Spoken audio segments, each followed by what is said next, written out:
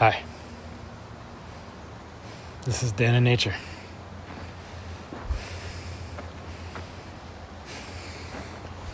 I'm at the end of my day with the pickaxe and the rake. And I wanted to show me what it looks like so we can see.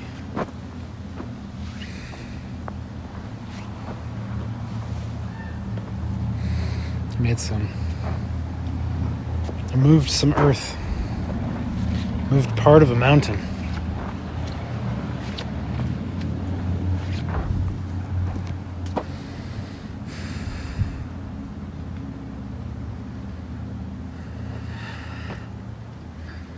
And my body's telling me that I'm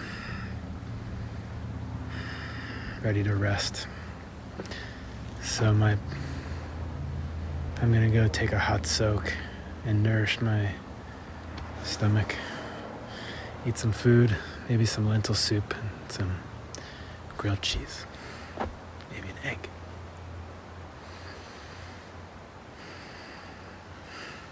This is Dan in Nature. Peace.